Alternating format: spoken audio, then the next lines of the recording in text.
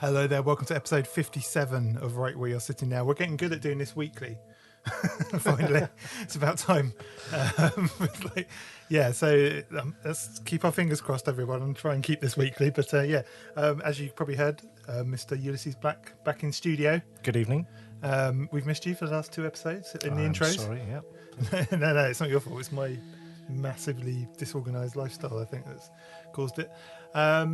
So we are back, and we've decided to do a non-occult episode this week because we were kind of going off on a occult rabbit hole, wouldn't you say?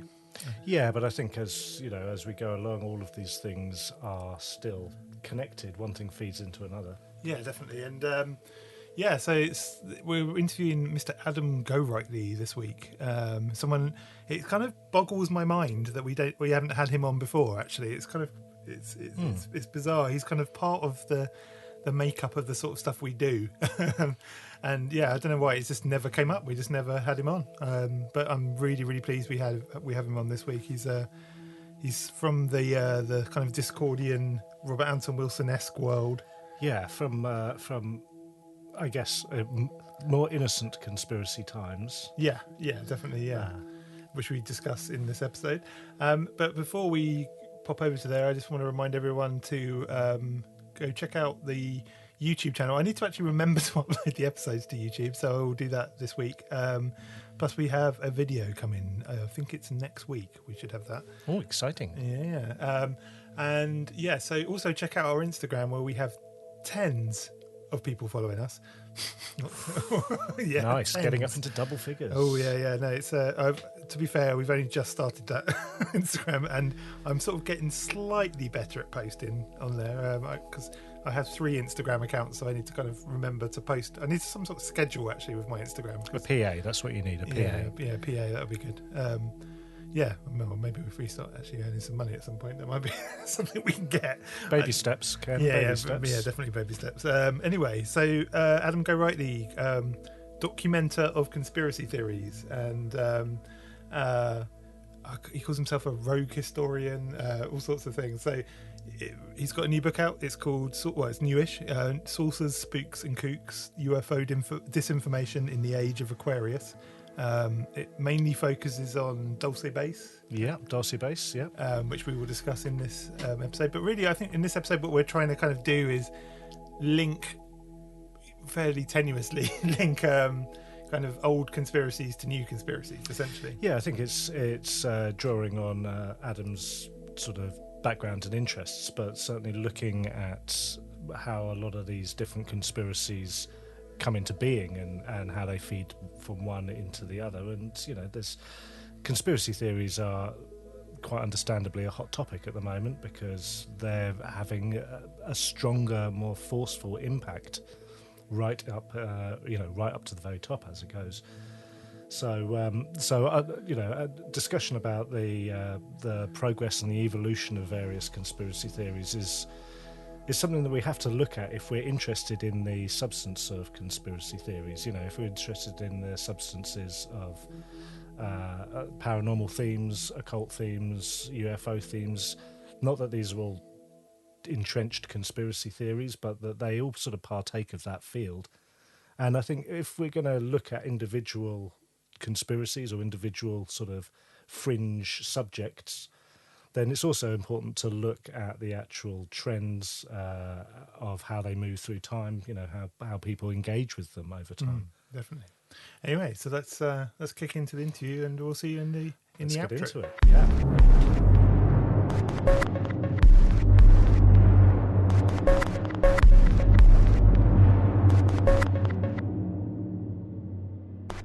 Hey, Adam Gorightly, thank you so much for coming on the show. It's been a kind of a weird thing that we haven't had you on the show before, but before we get into that, let's get a brief biography of yourself, please.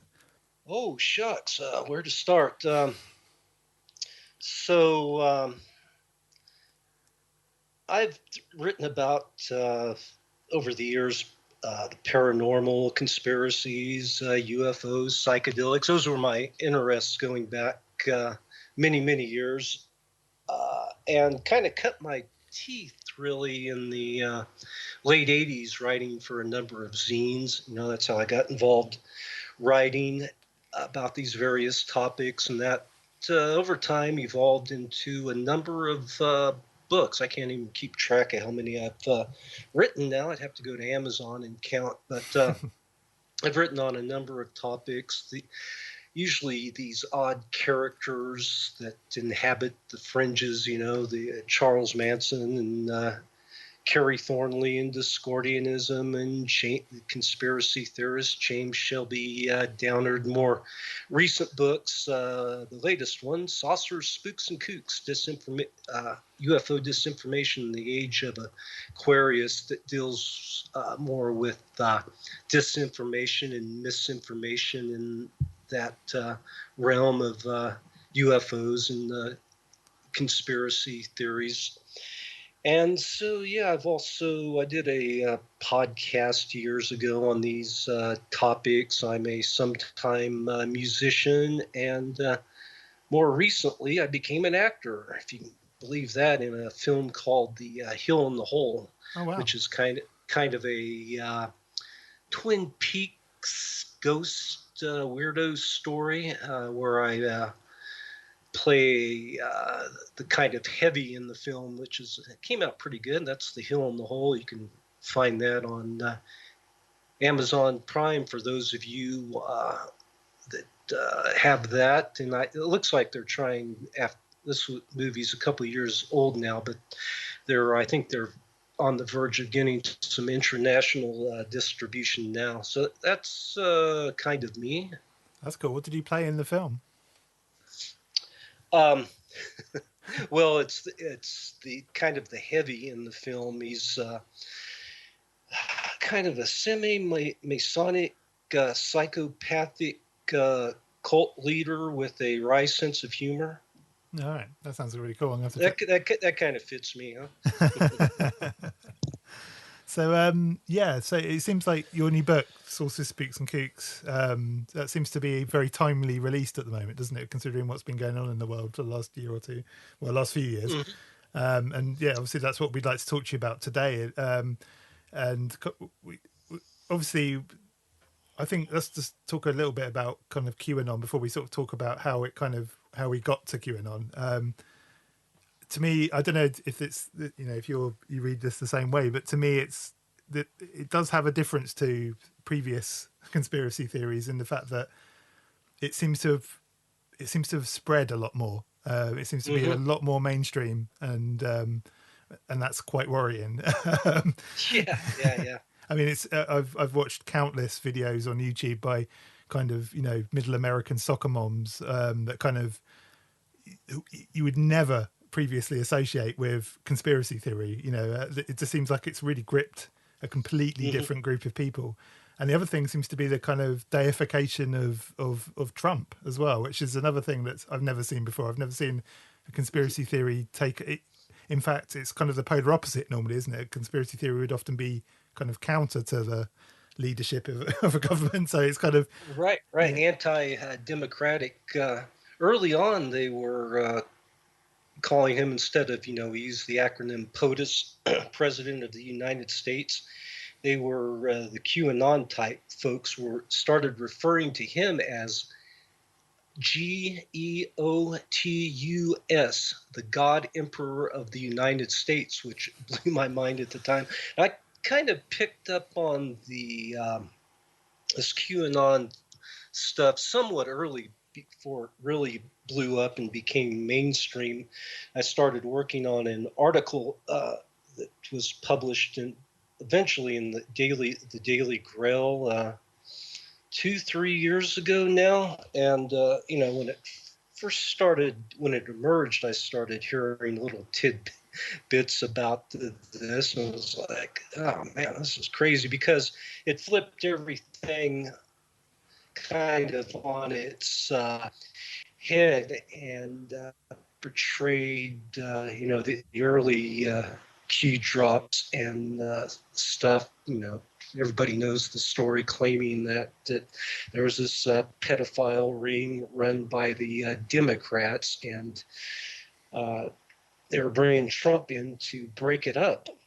Yeah. And, they had been arresting all these Hillary Clintons and Democratic operatives, and secretly shuttling them to Gitmo, where they were going to face a tribunal and be executed, all that happy horse shit that was circulating. This was at the same time when, on the other side of the political spectrum, you had a lot of these stories. When Trump came into office, all the Russian connections kind of emerged as well, and it was the same kind of buzz on the left, that all these indictments were coming soon, and they were going to lock Trump up, et cetera, et cetera. So it was kind of like in some ways, it was a response to that. Yeah. Was there an element where it sort of started in a more like jovial manner before becoming so politicized, or do you think that sort of cynically it was a strongly politicized thing off the bat? Obviously politicized because it was opposed to the sort of Democrats sort of conspiracy that it was building. Yeah. But yeah, so I'm curious. It's to me, it was a political operation, pretty much from the get-go, and that started with the whole Pizzagate thing. It was obvious it was being engineered by someone, and it was a bunch of forces coming together. The people who wanted to put Trump in office. You had the Russians screwing around with disinformation, and people on the alt-right picked up on it. And so and there was a lot of influence, as you talked about, from the past that started feeding into this. One of them was like Hillary was the main bad guy in all of this. And really these stories started about her connections supposedly to these, sex rings, and this type of stuff really started in the back in the mid 90s or so. You can date it back that far. A book like, for instance, you had these mind control books that came out back during that period, late 80s, 90s. The Kathy O'Brien book, Transformation in America, had these bizarre stories. And I was all into this stuff back then because it was so mind-blowing, claiming, there are some weird ones about how they talked about presidential models. They groomed these MK Ultra victims, and there was something that started back then called Project Monarch, with this conspiracy theory, a lot of disinformation, misinformation sewn in there, basically that Hillary was part of this elite network of politicians that were also moonlighted as shape-shifting reptilians, and were using these MK Ultra victims as their sex slaves and whatnot. And so that's kind of a thread that's been dangling out there a long time. And part of it, it's political machinations, and back in the whenever that was, the 80s, the timeline right here, more in the 90s. Remember, Hillary had the line about the vast right-wing conspiracy at the time, and I was into the exploring conspiracy theories, and within the realm of conspiracy researchers, especially those on the rightish fringe, like the Bill Coopers of the world. It was basically they were portraying her as attacking anybody who invoked any type of conspiracies, as trying to marginalize or dismiss them as conspiracy theorists. But looking back on it now, I think she was probably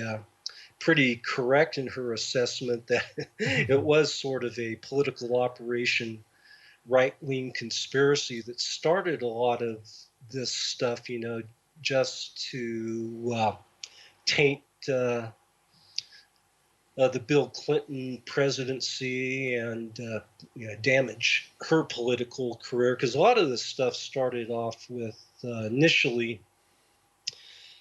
the so-called Clinton, whatever they call that, the hit list, kill list, where the Clintons were killing all these people, and with the Vince Foster suicide back into the day. Over time, that mushroomed, and you can listen to some old Bill Cooper episodes from the 90s, where at that time the Clinton hit list was at 75. Now it's probably at several thousand. Yeah. What, in your opinion, I mean, as someone, boots on the ground in the States, why do you feel that this particular conspiracy theory was the one that kind of, managed to sort of dig into America in the way it did? Well, social media helped out, using these different platforms to really rat fuck and radicalize, people. And smarter people than me written and talked about this subject, but part of it, the motivation for it, these campaigns, was to undermine democracy, and a lot of it has been fueled by racism, with Obama getting elected. So it was it was a backlash to that liberal democracy. Yeah, it's interesting, isn't it? So, I think one of the things that's really blown my mind actually has been the kind of New Age response to it as well. I mean, yeah. It's kind of like historically the New Age has always been the left, doesn't it? But this seems to have dug into them as well. They seem to also be sort of adopting it. That's kind of been happening a long time, but I started to see it, in real time, and to talk about, once again, social media was helping to amplify a lot of this stuff. But you saw like websites, for instance, that got co-opted, something like Natural News. You had these alternative websites that were into, stuff that people on the left, hippy-dippy types, are into, yoga. And you've seen that phenomenon. I had friends tell me that at yoga centers, they'd become a lot of people who got into yoga are also into QAnon, strangely enough. But some of these sites, I think, particularly something I think was called Natural News, that started as alternative health cures and into yoga and meditation and fasting and all of this stuff, over time got co-opted. And if you go in, some of these sites now, there's like QAnon stuff all over them, and that also helped to feed into a lot of the anti-vax hysteria. And it's something that this crossover of the left and the right coming together in the conspiracy realm, it really goes back quite a while to, talk about like the John Birch Society back in the late 60s, had all these theories about basically the counterculture had been infiltrated by the communists, and they'd also infiltrated the CIA and the FBI, and all these mass demonstrations were basically propped up by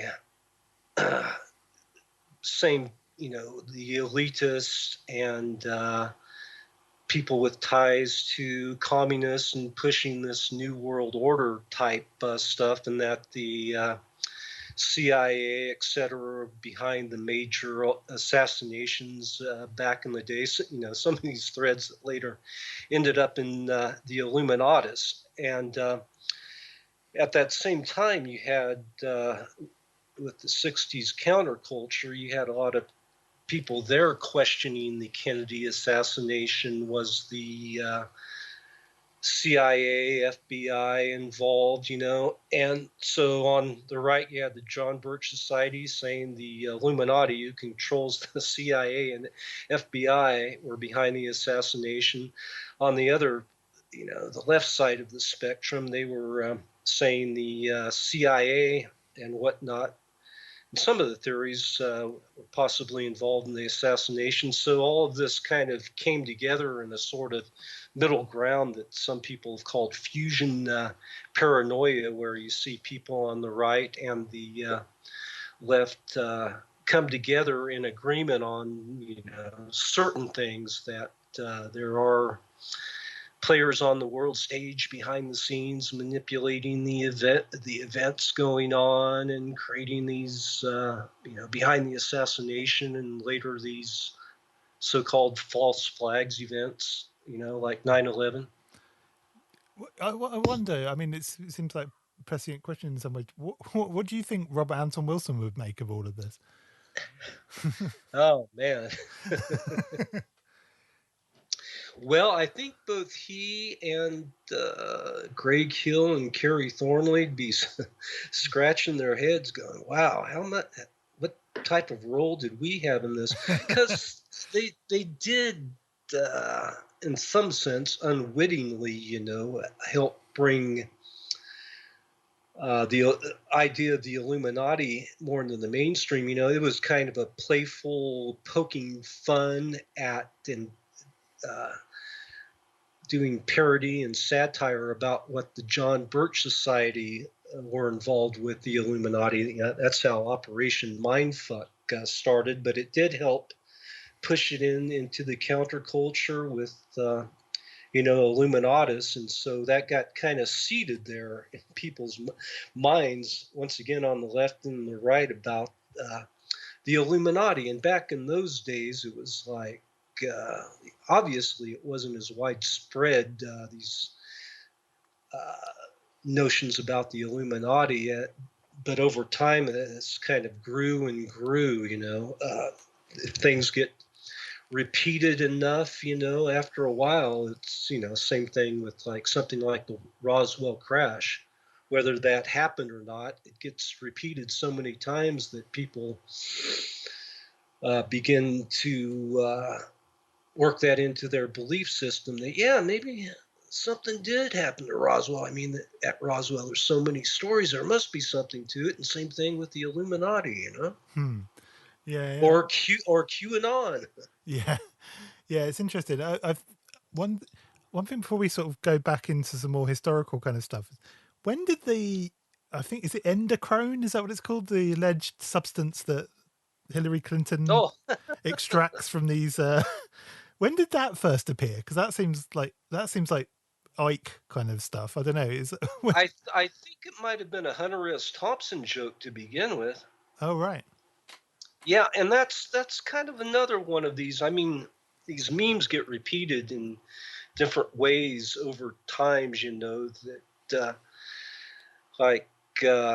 you see it in a lot of the UFO culture of the late 80s when they were talking about the alien invasion, and there was a secret treaty between the U.S. government and the Zeta Reticulans or whoever, that the aliens would trade their technology in return for humans to do ghastly experiments on.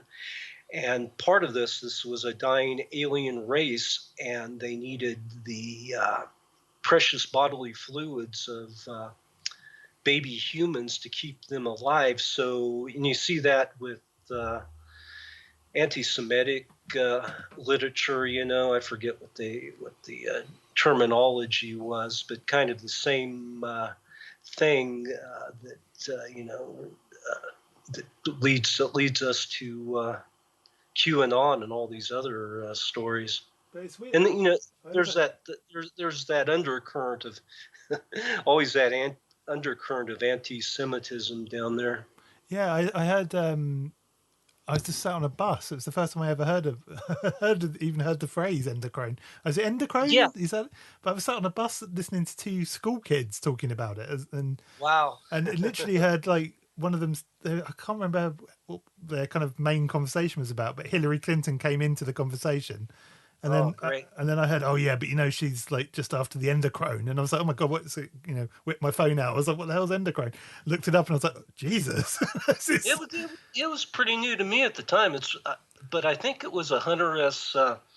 Thompson joke, and he did some of that back in the day. He talked about misinformation, disinformation. I mean, Wilson and Shea were playing around with that in kind of a fun way just to tweak people back in the day. But Thompson did it. If you look in his book, I believe it was Fear and Loathing on the Campaign Trail in 1972, just jokingly, he started this rumor that the presidential, let's see, he's the vice presidential candidate. I think he's running for president. Edwin Muskie was using ibogaine and just floated in there jokingly to see what would happen, and it was one of those things that kind of took off in certain circles, and people is Muskie really using ibogaine for some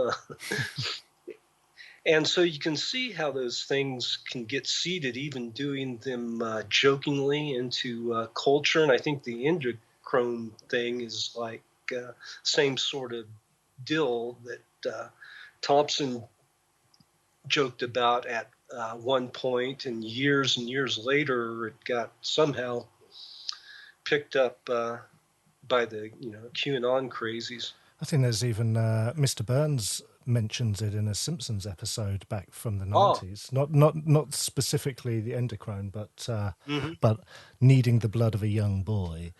And so, but just for that seeding. Well, I guess then you've got like Countess Lady Bathory, right back in history, bathing in the blood of virgins and stuff. So there's always been this notion of the powerful preying on the weak in then projecting it into an extremely visceral kind of image. Yeah, it's interesting. So yeah, and so that's there, even though obviously a lot of people who are either in QAnon or studying, observing QAnon may not be aware of that connection, but that's definitely a part of whatever you want to call it, the mythos or disinformation behind QAnon and some of these other things circulating. One thing I thought was really interesting, I saw a thing. It was actually a remix on YouTube, but I saw Alex Jones has parted ways with QAnon now. He seems to have finally rejected them, and there was an interview of him interviewing this shaman, the QAnon shaman, and he cuts him off and goes, "I've had enough of you people." But it's even too crazy for Alex Jones. It's like, oh, Jesus. I don't know. Who knows? Maybe he's distancing himself from what happened, with the insurrection at the Capitol. Yeah, it's definitely. Yeah, I don't know. I think he's a strange one, Alex Jones, isn't he? We'll come to him in a bit. But let's go to your book a little bit and talk about. First of all, I want to talk about like why you sort of focus so much on Dulce Base, and also what is the Dulce Base? Because there's going to be listeners to the show that have never heard of it, so it'd be good to kind of cover off that story. But also, like, why in particular in this book did you focus in on that a lot more? And Well, it really started with my interactions with a character named Tal Levesque about back 2008 or so. And he was one of the original promoters of Dulce Base theory back in the day, starting in the late 80s. And so he's a real fascinating character. And I met with him, and I started working on an article called My Breakfast with Tal. This was like 2007, 2008. And part of it, as I was writing it, dealt with Dulce, his involvement in that. And at that point, I, started looking into all these Dulce rumors just to find out what was fact or fiction. And so this article, My Breakfast with Tal, began to expand to something I was calling Deconstructing Dulce, going through all the rumors and theories about it and kind of taking it all apart and seeing where it all started, And I got to the point about a couple of years after that it written like 10,000 words, and it kept going. So, okay, this looks like it might be a book. And it kind of got put on hold for a while. I was working on other projects, but, dived back into it over time, maybe 5 years ago or so. And I started seeing how Dulce also connected to all these other stories in ufology back during that period that were all the rage, the MJ-12 papers and Area 51, etc. And so, tracing back the origins of Dulce Base, which I discovered over time, really goes back to the Benowitz affair, which started in the late 70s. And probably need to So that's okay. Let's start get into that and explain how that kind of led to the Dulce Base story. Yeah, so should we do that then? Should we? Let's talk about Benowitz first, actually, because that kind of predates Dulce, doesn't it? And kind of like you say, it kind of leads into that story. So yeah, let's talk about Benowitz. So Benowitz was a physicist. He was a government contractor. He started a business called Thunder Dynamics, and he was kind of an inventor. He was producing avionics equipment, sensors, these type of stuff for airplanes and military equipment and whatnot. And he was located right on the outskirts of Kirtland Air Force Base, where a lot of stuff was going on during that period. Kirtland Air Force Base in Albuquerque, New Mexico. And Benowitz was also a member of UFO organization, APRO. He had an interest in UFOs, as well as cattle mutilations, which had kind of became a thing back during that period. So anyway, Benowitz started noticing UFOs, or craft he couldn't explain, over Kirtland Air Force Base, and specifically over an area called the Monsanto weapons area, I believe it was called. It had the largest stash of nuclear weapons components in the U.S., as the story goes, during that period. So, Benowitz became alarmed at this. He started filming these things, and he also set up a bunch of different sensors to pick up signals and stuff. This is at his, house looking towards this base, and became to believe it was some type of alien invasion going on there. And these signals he started picking up, he believed were from the alien craft or something. He was trying to decode what was going on. And he even alerted the Kirtland officials about what he was picking up on. The Kirtland officials, people there, security, kind of over time started playing along with him, wanting him to believe these were alien transmissions that he was picking up. But what was going on there in reality was testing of secret craft, and also laser communications they were developing there at Kirtland, and also Sandia Labs. might have heard of that. That's where a lot of this work was going on. And they were concerned that, one, that these transmissions he was picking up, he would figure out how to decode them, because they were basically talking to satellites and stuff.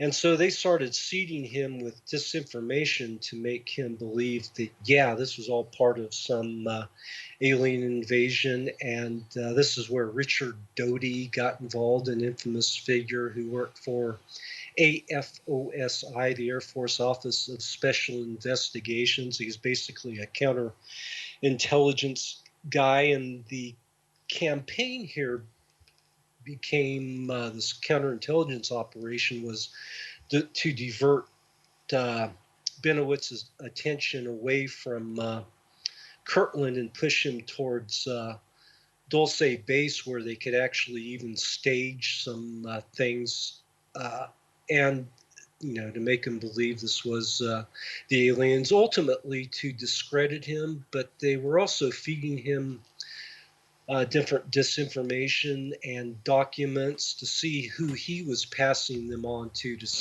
because there was a lot of infiltration of Russian agents and Chinese agents into the UFO movement back then. So it was a pretty convoluted story. But anyway, let's bring the Dulce stuff in here. So Benowitz started putting together this report called Project Beta to discuss his findings.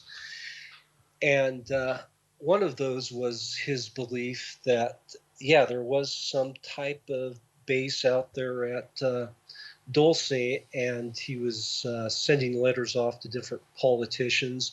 And in one of the early letters, it was like 82 or 83, the letter said that this base, and he didn't name it specifically Dulce, but that's what he's talking about, had been abandoned by the military there, and that it was this joint alien and U.S. military base, and the workers there had either abandoned the base or had been killed. And also in his letter, he talked about a space gun he invented that he was convinced would kill all the aliens. So that was the early seeds, a letter like that that started the whole Dulce Base mythos. And it was really didn't become a thing until 10 years later or so, when other UFO researchers started picking up on it and weaving their own ideas into what was going on at Dulce. And this led in time to get the other people involved, like John Lear and Tal Levesque, and the release of something called the Dulce Papers, which took ufology by storm in around 1988, 1899. Yeah, I remember that. It was one of the first things. I remember prior to the web, being a thing. I remember, what was it, Telnet, or I can't remember, Usenet, or one of these early. Yeah, the user groups back then. Yeah, and that was that and William Cooper's early UFO document. Those two things were the two things you just constantly see: the Dulce Papers and the William Cooper thing. Now, one of the weird stories that fed Benowitz's imagination or paranoid delusions or whatever was first reported in a book by my friend Greg Bishop called Project Beta. And he shared the story that Bill Moore had shared with him. Bill Moore was a UFO researcher right in the middle of this whole Benowitz affair back in the day. And Moore, during that period, had met with J. Allen Hynek, a famous name, had been involved in Project Blue Book, and influenced, a movie like Close Encounters of the Third Kind. And he was still, apparently, Hynek was under contract to the Air Force at that time. And he gifted, this was Hynek, he told Bill Moore that he gifted Benowitz a computer with some software loaded into it that would allow him to talk to the aliens. Now, Hynek didn't tell Benowitz specifically, but apparently the Air Force had put this software in there that, yeah, indeed, at least the way Benowitz perceived it, he had a direct line of communication to the ETs, and also this computer, the software, apparently conjured up some like very basic images of ETs on his screen. And this was confirmed in later years by other people who visited with Benowitz, like Gabe Valdez, who's a pretty good source, that he was getting information. He was the sheriff of Dulce, wasn't? Yeah, he was a state trooper who was investigating That's right. Cattle mutilations and UFOs during this period, and suspected, the government, some clandestine branch of the government was behind it. But through this information Benowitz was receiving, he put together this Project Beta report, and it's probably he was mentioning a lot of the memes that later became a mainstay in ufology. He referred to some of the entities living at Dulce Base as grays, probably the first time that term had been used. And so that became, a trope in ufology, obviously. And 1980, Benowitz started doing these regressions of a lady named Myrna Hansen, who had supposedly witnessed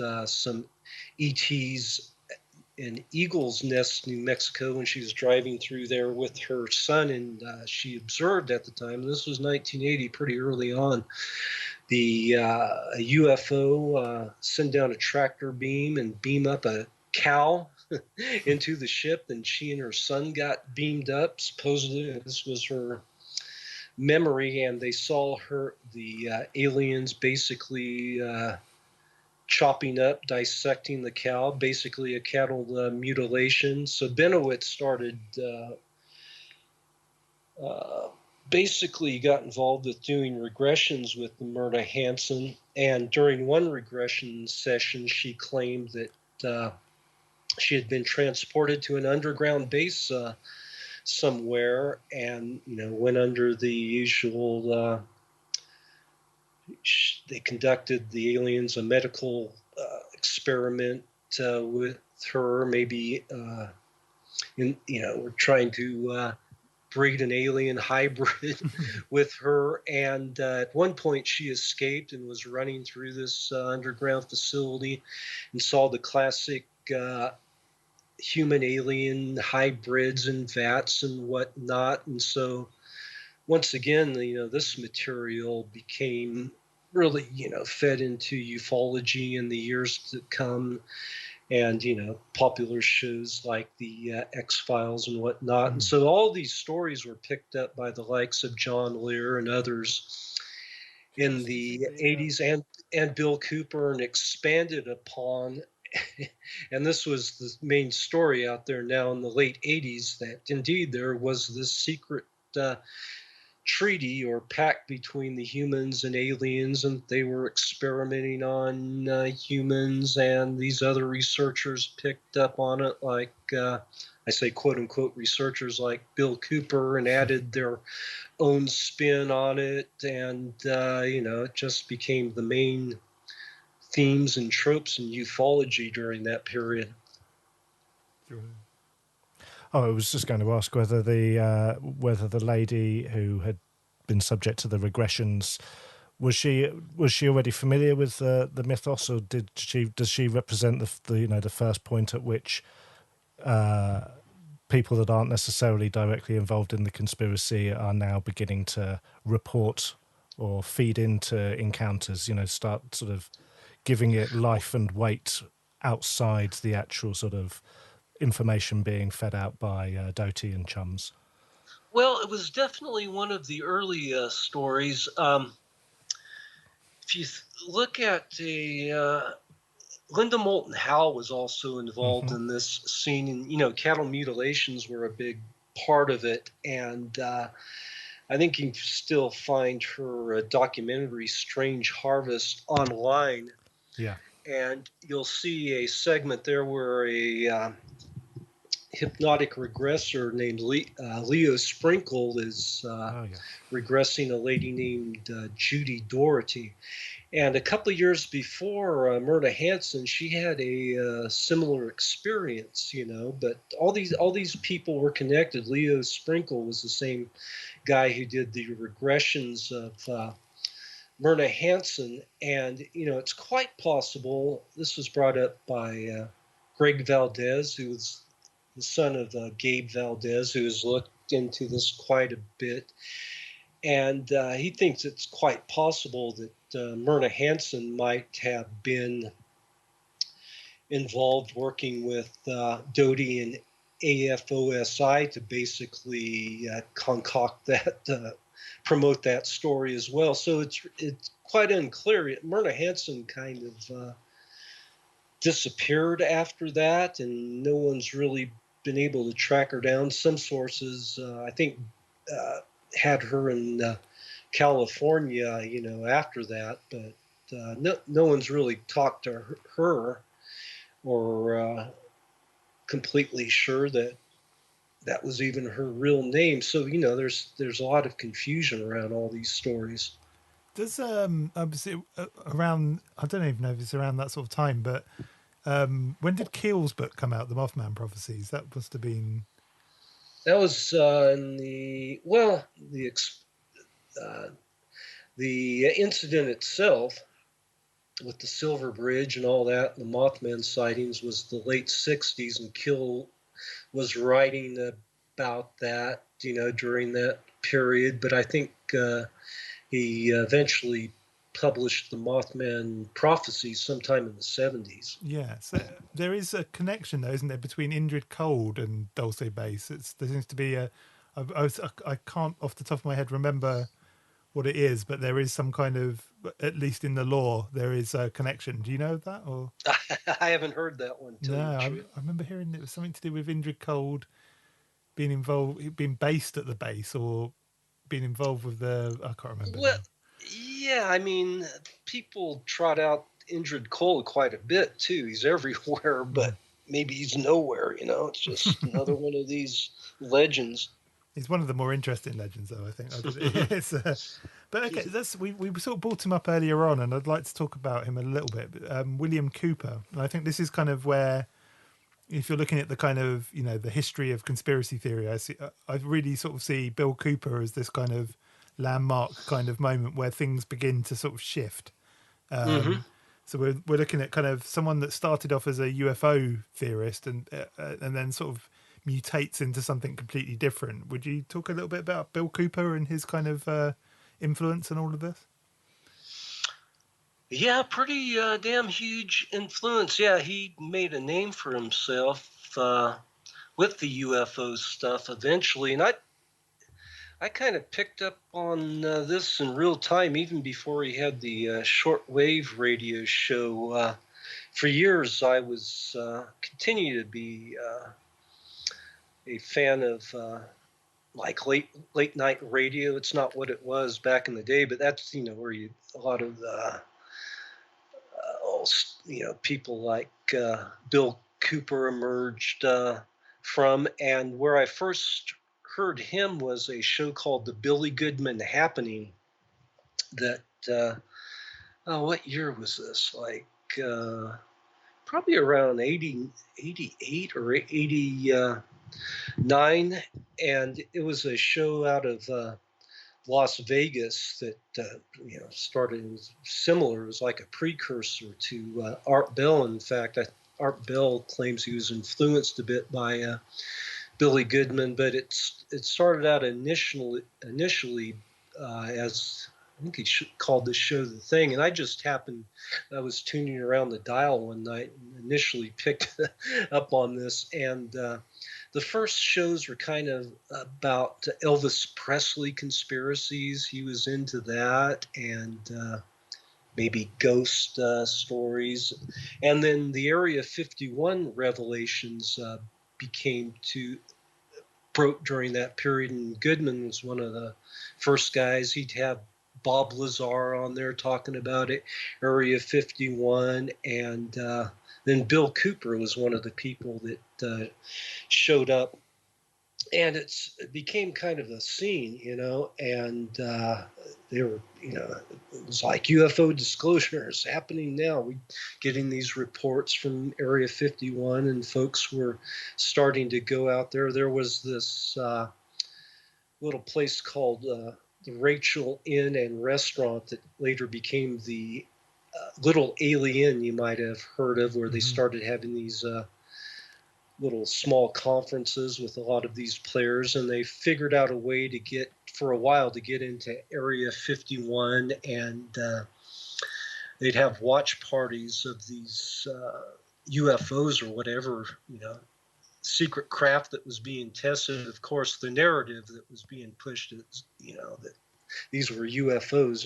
That might have been part of a disinformation campaign. But so Bill Cooper was all part of that, and he got involved in this UFO scene and claimed that he had when he was with the military in Vietnam, he was a briefing officer, and he had seen these documents. It sounded similar to the MJ-12 documents about, once again, the secret treaty between the aliens and humans, and that there was an alien in captivity, etc.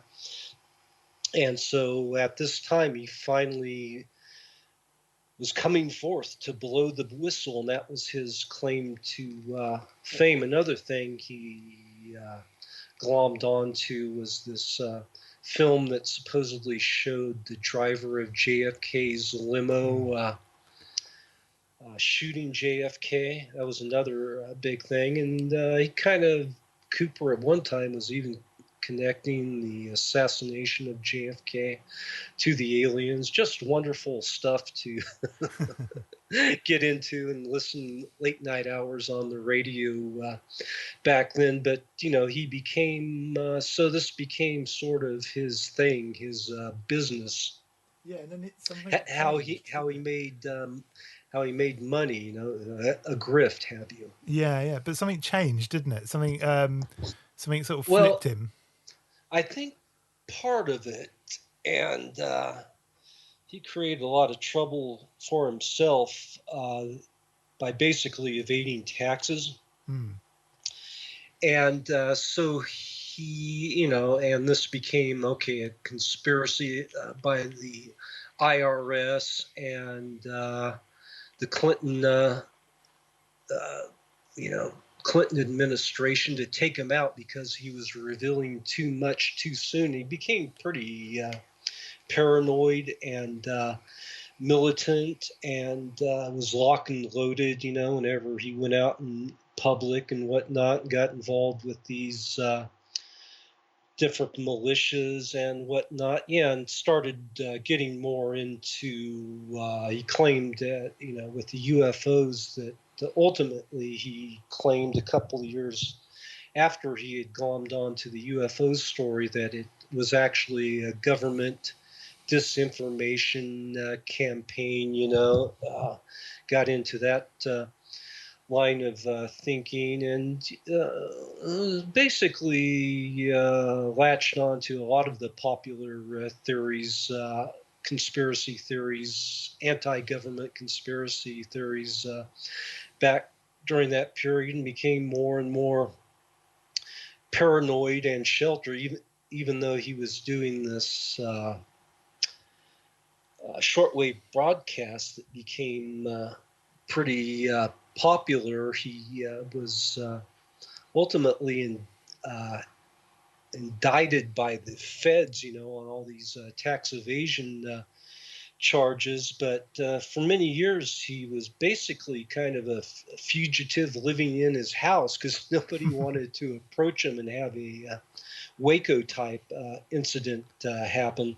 And so the feds, when I say the feds, the FBI, the Department of Justice, just did kind of a hands-off approach. I mean, if we get an opportunity to arrest this guy at some point, we will do that. But they never did, and it wasn't really the feds that took out Bill Cooper. It was the local authorities there in trying to remember what county in Arizona he lived, but what went down, basically, he was once again getting very paranoid and whatnot. And there was a plot of land near where he lived that was kind of like a party spot or a lover's lane type going on there. And he was chasing people off that little plot of property. It wasn't his, but he, running people off. He'd have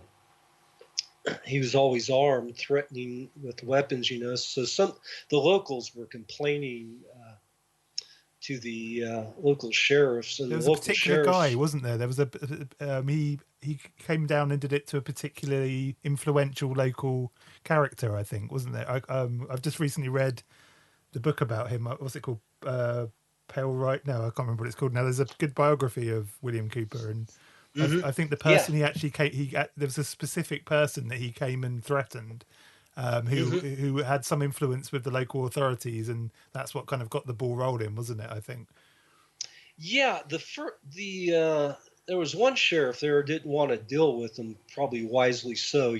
Just maybe just leave this guy alone. Hopefully he doesn't kill anybody. But it continued to escalate. Then they got another sheriff there who was more gung-ho and said, we're going to go after this guy. So they did a stakeout, and Cooper did his routine where he went out and was chasing the locals off the nearby property, and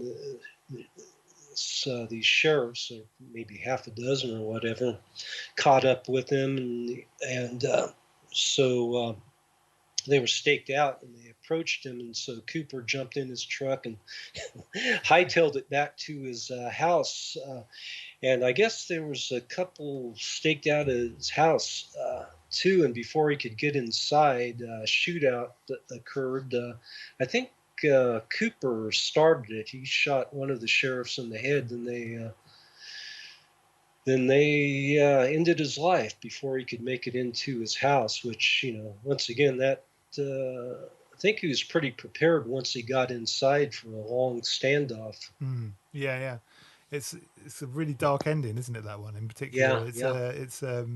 But one thing that Cooper did that was really kind of, I think, quite different was he really started to plumb Christianity into the conspiracy theory. He did this whole, I can't remember the name of it now, but he did this whole tract, didn't he, where each week he'd read sections connecting the Masons to the Christian Mystery Babylon. That's the one. Yeah, Mystery Babylon.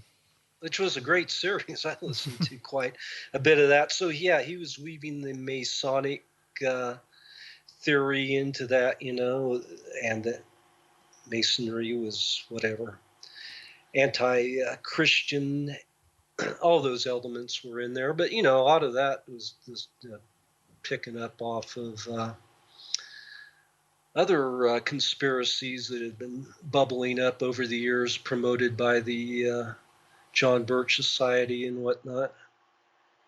And it's pretty interesting too that he got a pretty big following by black inmates in prison, talking about his book Behold a Pale Horse got introduced into that scene. So even today, he has a following there, which is pretty interesting. Yeah, it's, they talk about that in the biography. He had this right.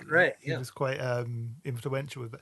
So and even rappers, started doing Bill Cooper inspired songs, rapping about the Illuminati and whatnot. This seems crazy if you think about his kind of who followed up from him, but which we'll talk about now. So this is kind of like where things start. This sort of period of things are starting to get a little bit more interwoven, I think, and we're starting to see some real kind of very, we can sort of see the DNA of something like QAnon starting to form, in my opinion, anyway. But so one of the things that happened, not so much, well, it's in a similar time period, was the Satanic Panic, and that seems to be a real kind of primer almost, and it almost feels like we might be heading into Satanic Panic 2.0 at the moment, but which is maybe another show in itself, because the amount of sort of satanic kind of news reports I'm seeing at the moment are off the chart. Actually, it's crazy. It's like I've not seen anything like this since the Satanic Panic, so it's kind of it's really interesting, and it does seem to be eerily close to QAnon. So so let's talk a little bit about the Satanic Panic, because that was something that was kind of interwoven into conspiracy theory as well, and particularly with David Icke seemed to really that seems to be where he sort of not comes in, but he certainly went back to the Satanic Panic for a lot of his kind of material, let's put it that way. But what was the kind of what were you tracking that at the time, or? Yeah, one of the threads that kind of started that was the McMartin preschool thing, if you recall that. Yeah. That was one of the I do remember that. That was very early on, wasn't it? Yeah, there was this preschool, and it was in California. I forget where exactly. And there was these allegations of sexual molestation. I mean, this plays once again into what came out with QAnon.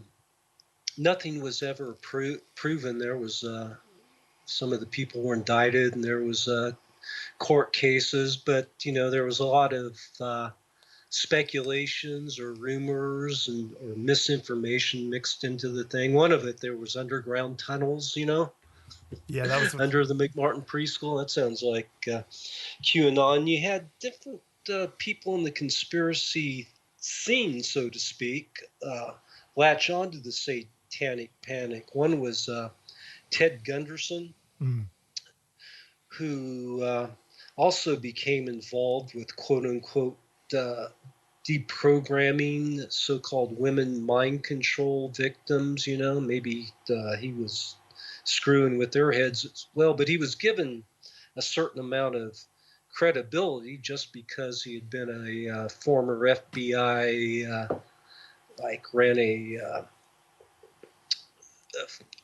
field station for the FBI. So, he was in the ranks of the FBI, which doesn't mean you can't leave the FBI or later and go nuts or, but so he became a prominent figure exploiting the Satanic Panic and also mixing it up with a lot of this, the mind control stuff. Obviously, there's some core of truth to MK Ultra, but then the Project Monarch stuff was brought into that as an outgrowth of MK Ultra, and that was mixed in with a lot of the Satanic Panic stuff as well that was being promoted.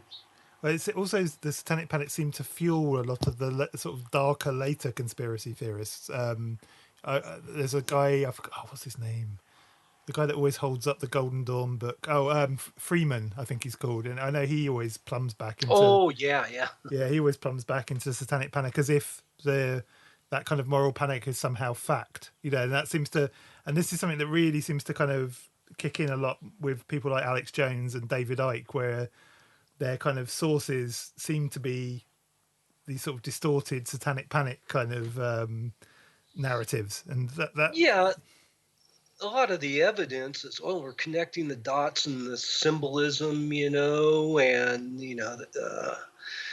kind of led to the connecting of dots that you saw in QAnon, and certain numbers show up again, or these type of things to prove their theory, but there's really no proof behind any of it. Yeah. For a good conspiracy theory to work, there must be some kernel of fact there, that people can point back to. For instance, with the whole QAnon thing, or if Pizzagate, which led to QAnon, it goes back to the Hillary's emails, or the emails that were hacked from the DMC that were, Assange put out there, maybe with the help of the Russians. And it was from those emails, particularly John Podesta's stuff, where they were talking about hot dogs, or what they were going to eat that night, and those type of things. They were, they claimed later, the Pizzagate promoters claimed it was like hidden messages that talked about this secret pedophile ring. So that's why it's important to have just a little bit of nugget there of factual information to build, a false narrative off of, and that you can point to. So it seems like we've got the Satanic Panic, we've got Bill Cooper, and then, but still, even in this time, conspiracy theory still really felt very like a subculture, the majority of it was still quite fun and quite kind of and quite I don't know. It was like a fun kind of little subculture to be a part of, and you had disinfo.com coming up around this sort of time, and all these kind of little sort of subcultures. But it was never particularly dark until one particular catalyst. And we spoke about this in an earlier show with Joseph Maffini, but I wanted to get your take on it. To me, it seems that when things went dark and sort of started to flip towards the conservatism and towards this kind of, the alt-right and all this kind of, was 9/11. That seemed to be that was the first one where you had Charlie Sheen all of a sudden, narrating documentaries about, I put that in quotes, documentaries about 9/11.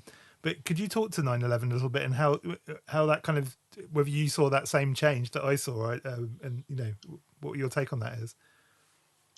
Well, like you said, prior to whatever point in time you want to point to, whether it's 9/11 or maybe a little bit after that, conspiracy theories, looking into all this stuff and UFOs and whatnot was kind of fun. It was a way to, as like Robert Anton Wilson talked about, jump into a reality hole and entertain theories and think about them and take them to a certain depth, but also having enough perspective to, step back out of the reality tunnel and look at these things in different ways, And so,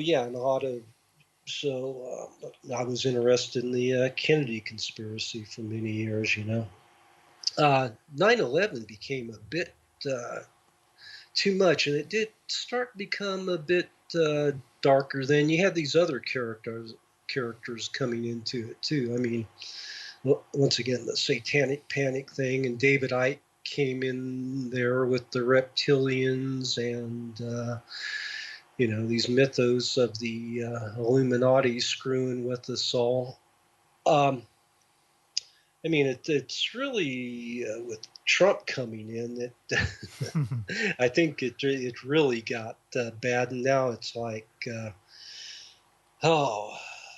and before that, there's a lot of political machinations going on with Sandy Hook was really one that turned dark, and you can see how when I say political operations going on with some of this stuff, he started having these stories like,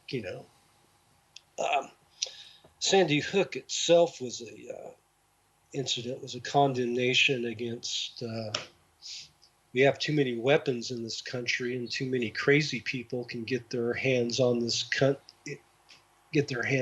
things in this country, and U.S., and you see these shootings continue to escalate. But the theories, conspiracy theories of Sandy Hook was that there was crisis actors involved, and this is a false flag, and the people promoting are the people saying, the family members and victims that survived these are the actual bad guys. They're promoting these false theories to take your guns away, and the type of ideas that the NRA or have promoted, and that the GOP seems to be. They're not condemning these things now, and it's all kind of the mentality of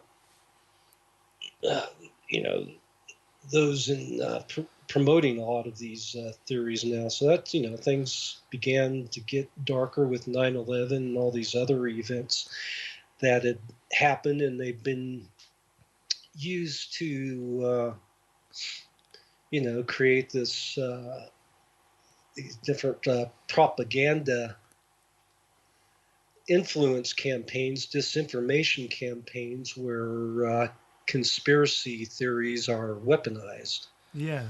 I mean, the main weaponizer of that seemed to be Alex Jones at the time, didn't it? He seemed to be, especially after Bohemian Grove seemed to be the thing that kind of kicked him off. And what a silly silly thing, that was. But yeah, it's partially John Ronson's fault, who we've had on the show.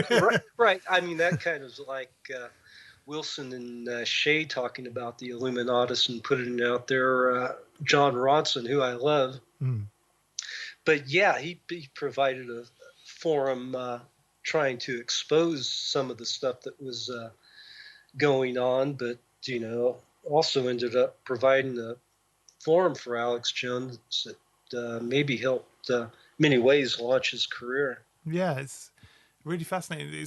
It's almost a shame in a way. I almost miss the Illuminati now we've got QAnon. It's kind of crazy, isn't it? You sort of feel sorry. Well, the Illuminati pops up now and then still. But they seem to have that seems to have been memeized, doesn't it, in the public consciousness? So it sort of almost feels like if you use that word anymore, it's sort of immediately mocked, kind of thing.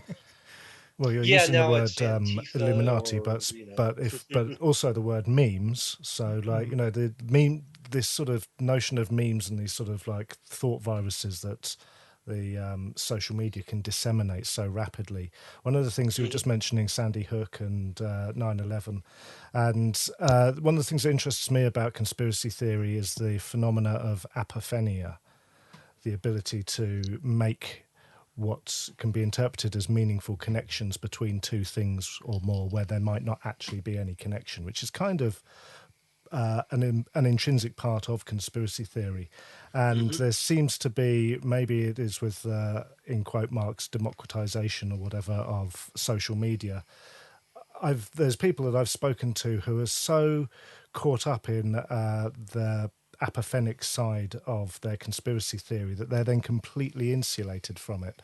So they won't even, they'll reject notions like apophenia and things, and will now believe if they have themselves made a connection because they've read X amount of memes and little blog posts and whatnot, then the power of the connection that they feel they have made themselves gives it an element of truth that they then stand behind, even if it doesn't actually have any truth to it whatsoever. And I was just thinking, because you were mentioning the weaponization of these conspiracies, and maybe that goes hand in hand with an emerging vulnerability of the consumers of these conspiracies to either wade through the sort of the fact and fiction, or take the playful side, a bit more like Robert Anton Wilson, where these are kind of reality tunnels that you're exploring and then you step back out of, to people that are now completely buying into certain elements of conspiracies, and maybe more so the darker they get, and then insulating themselves. Bias. Exactly. Yeah, it's interesting. The other thing that's interesting is that you can now buy protein bars that are conspiracy driven. I find that hilarious still. From Alex Jones' Oh, side. of course, they're selling all kinds of products. That always makes me laugh. Okay, so let's very quickly touch on Pizzagate because it's probably still very in the public's consciousness, so we don't really need to cover it hugely. But it still does feel like this was a big one that kind of this really broke into the mainstream. It was huge. It was this was it had real life consequences. It had it was mentioned in election campaigns. It was, and like you say, it's kind of like the doorway for QAnon in some ways, isn't it? So could you talk about I mean, I read your Daily Grail article, and it'd be great if you could kind of talk over some of your thoughts of like that particular. I'd pull up my Daily Grail article to remember what I wrote about. But it's that definitely seems to be a real that. I mean, that was like all the conspiracy world talked about for a while, and for me, as someone as someone that's also very interested in the kind of culture of conspiracy, that seemed different to me. There's something different about it, and I couldn't quite put my finger on it. Well, yeah, it seems like it was orchestrated. You see a lot of let's assume for a minute it was orchestrated by people who wanted to get Trump in office, which itself, I guess, is another conspiracy theory. But there's with a lot of these, that the people in right-wing circles were promoted. There's a certain amount of projection in there. I wonder what was going on. And were they trying to get ahead of negative stories about Trump? We don't know for sure, but it seems like he was involved in the same type of networks we're talking. The Pizzagate was talking about with his connection to Jeffrey Epstein and whatnot. Of course, Bill Clinton also had those connections. So that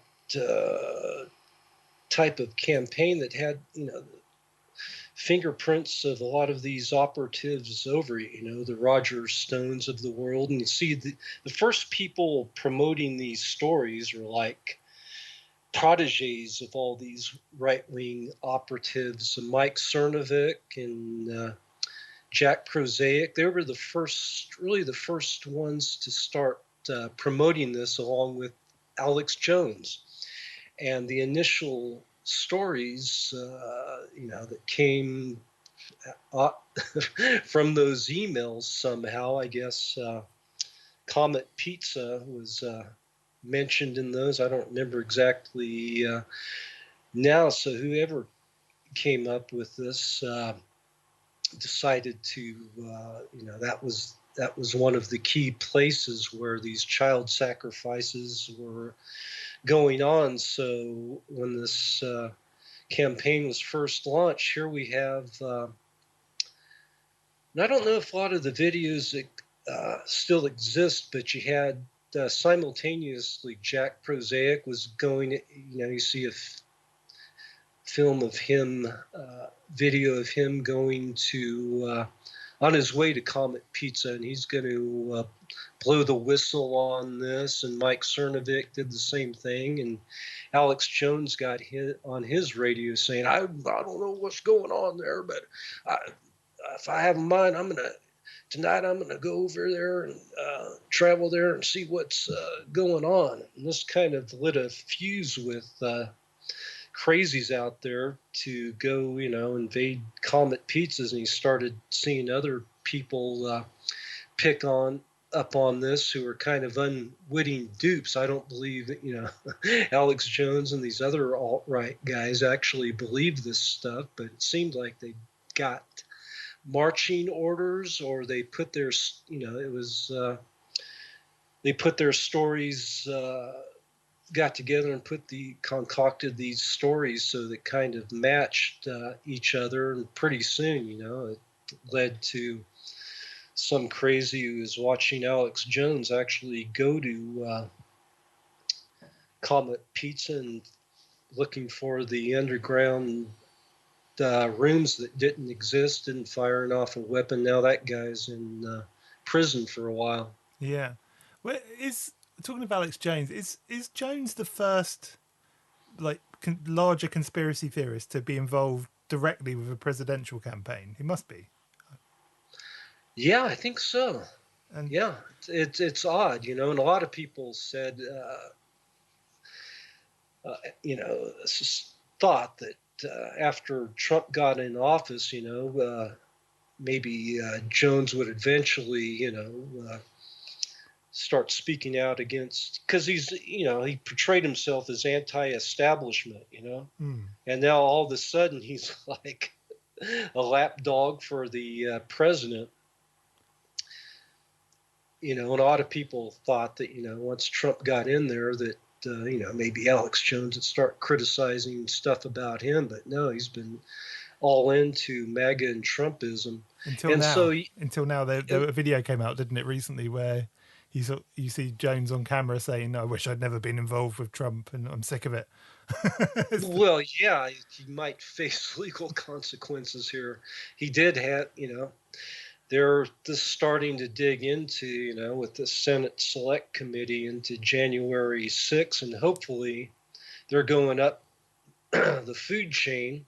I know it sounds like they are with this January 6th committee, whether we'll see what, FBI and DOJ, how far they're going up the food chain. But, Jones and some of these other characters, the Roger Stones and, there's a whole network of them who are,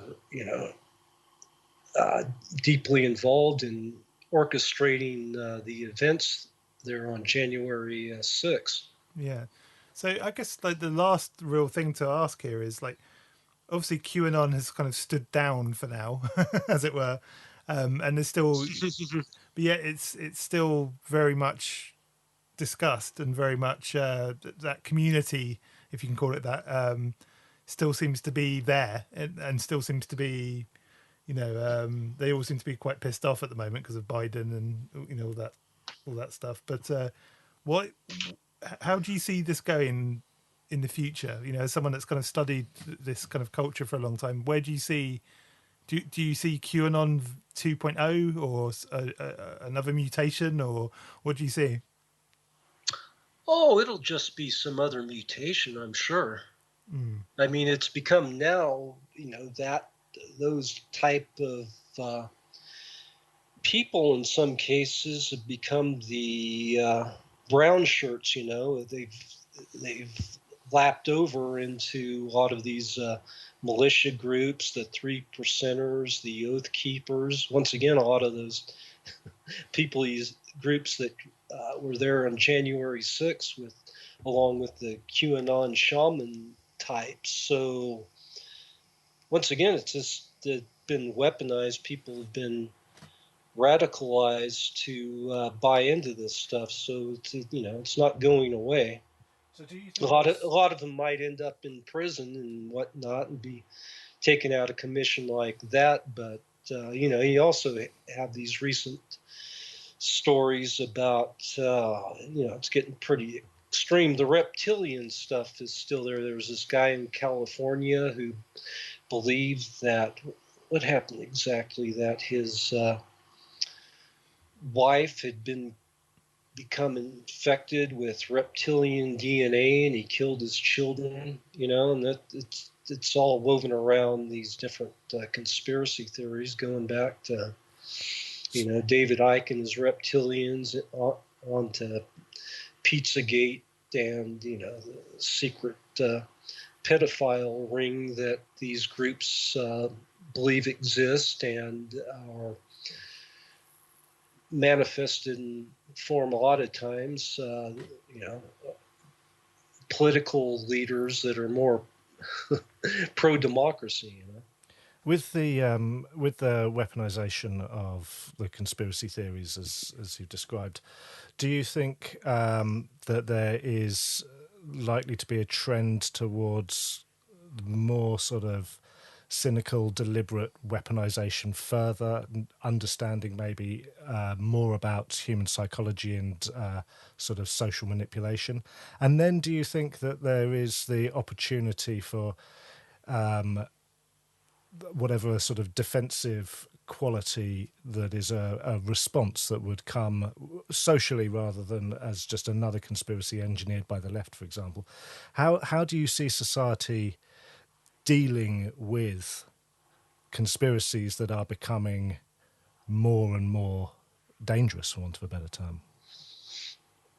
I don't know. It's a hard one to deal with in the U.S., with First Amendment type stuff, and different social media platforms have really pushed the limits a lot of this, and as far as allowing, or it's more than just allowing First Amendment type stuff, and a lot of the revelations continue to come out about Facebook being kind of malevolent actors in all of this. So I don't know what the cure is really. I think to demonopolize Facebook and some of these social media platforms would help, I mean, I'm asking just because I'm fascinated in the human capacity to be motivated and act upon conclusions that we come to ourselves, which we do every day. I think a lot of people want to, myself included, want to, improve things, and but well, so I'm wondering whether something that we can't even see now will emerge as a response to that, or whether we will just have a potential black hole of the weaponization of conspiracy becoming increasingly dangerous with no response, not necessarily on a corporate level, but on an individual level. For how do we deal with and not be so susceptible that we're motivated to move and kill people, as opposed to take a sort of a wry interest in a conspiracy for its entertainment factor? Well, there's some heavy questions you're asking me. I don't have the answer. Part of it's education at all levels, but it's a push-pull. The pendulum swings. You always have that black hole there of disinformation we'll have to deal with. I mean, who saw any of this coming? How can you predict what how long's Facebook been around? It's a relatively new phenomenon. What's coming next? It's hard. It's hard to predict. Yeah, it seems like one thing that hopefully is that we can maybe spot some of this up front. Now we've had QAnon and Pizzagate. Maybe it might be a bit easier to kind of spot and control almost. That might be one good thing from those two incidents, maybe. But anyway. Thank you so much for coming on. Where can we find you on the web? I have a website, adamgorightly.com. There's a lot of stuff on the web. I'm on Twitter. I have different blogs. We touched a bit on Discordianism. I have a blog called Historia Discordia that gets into a lot of that. So those are a few of the places, and my books are all on Amazon. Excellent. And I think we're definitely going to have you back on for several shows, I think, because I've been following your work for quite a while. I'd like to do a Discordian show with you, and I'd also like to do a Kerry Thornley and Lee Harvey Oswald show with you, potentially. Oh, there's a bunch of Richard Doty stuff I didn't get to chat to you about. There's that as well. Okay. Yeah, there's tons. Sure. So, expect to hear from us soon. But thank you so much for coming on. Thanks ever so much. That was great. Okay, thanks, guys.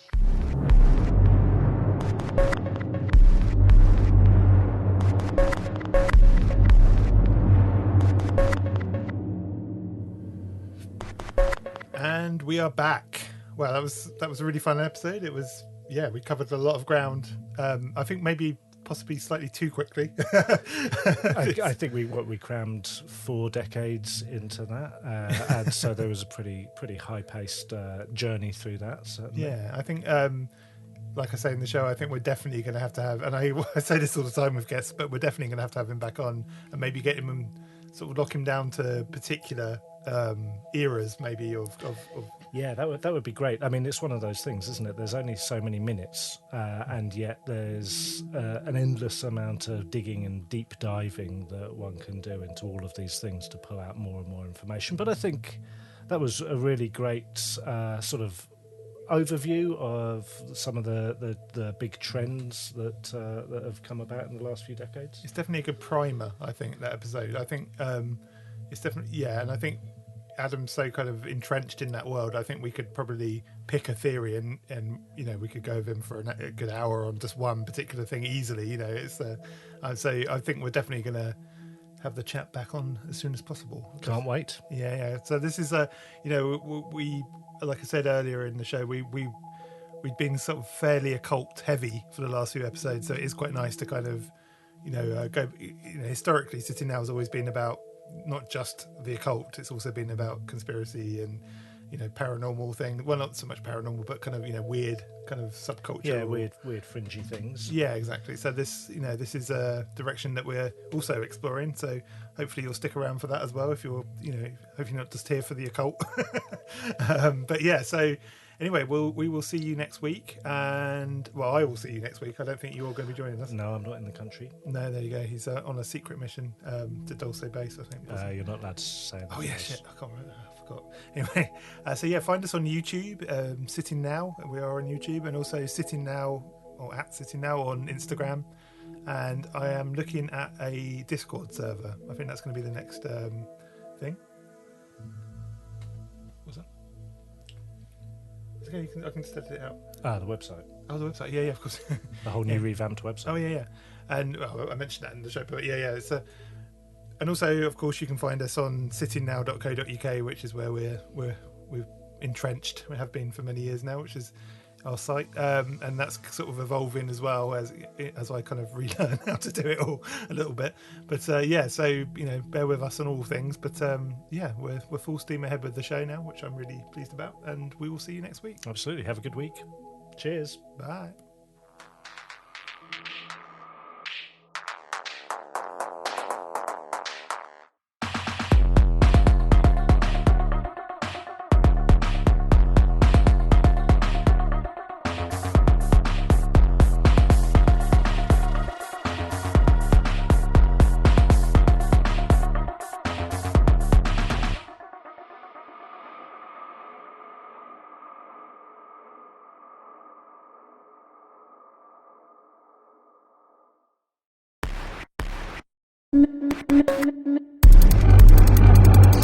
Thank you.